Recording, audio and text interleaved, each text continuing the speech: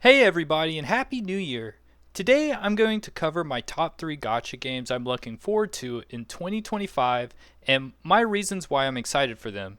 I will also address my concerns for these games, if I will be covering these games on the channel, and everything in between. I am True Evil and welcome to my first rant of 2025. To start off this list, I am really looking forward to the new Madoka Magica Gacha game. The combat looks like Honkai Star Rail, but since it is based on this IP, I can only assume that the story will be more mature and darker than Star Rail's.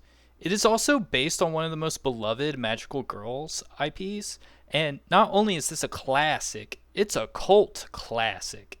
It also seems to be releasing with PvP, which, although not everyone enjoys that in a gacha game, I find it to be an appealing aspect, and most gacha games that I tend to play for a long time have this feature.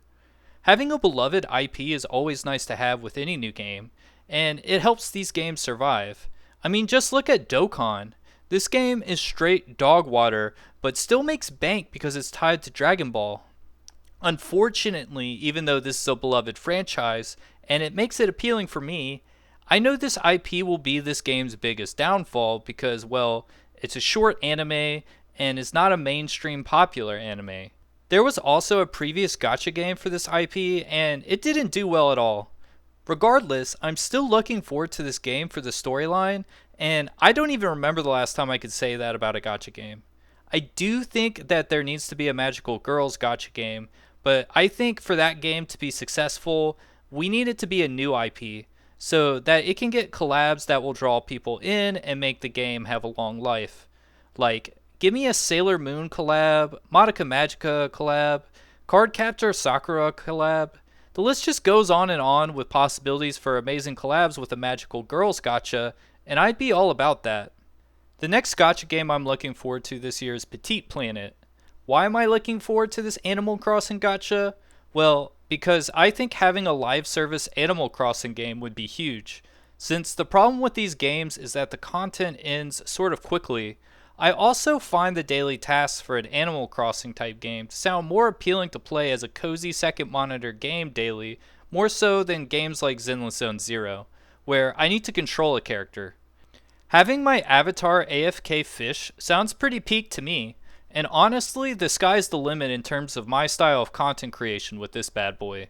Unfortunately, this game might not come out in 2025, but I'm really hoping it does, because this game is just the type of game I want to cover for my channel. The last game I'd like to mention from my most anticipated gacha games for 2025 is Arknights Endfield. The Arknights Gacha is my most played anime mobile game of all time, and honestly I don't think Hypergriff can do anything wrong. Even if this game doesn't interest me as a daily grind, I'll still play the game for the story updates at least. The problem for me with this game is that it's open world, and honestly I just don't enjoy playing open world gachas every day anymore. Not to say that open world games are bad, it's just that open world for me now means I binge it for a week and drop it, like Elden Ring or Tears of the Kingdom. Also, I know there are going to be so many tourists that the community in the first month is going to be true drama brain rot. Like, I'm not even going to be able to fathom how dumb it's going to get on my Twitter timeline. But that's okay. One of the best parts of playing a single player game is that I can just ignore whatever I don't like and just enjoy the game for what it is. So yeah, these are my top 3 most anticipated gacha games of 2025. Let me know in the comments if you are also looking forward to these 3, and if there's a game I didn't mention that you'd like to shout out.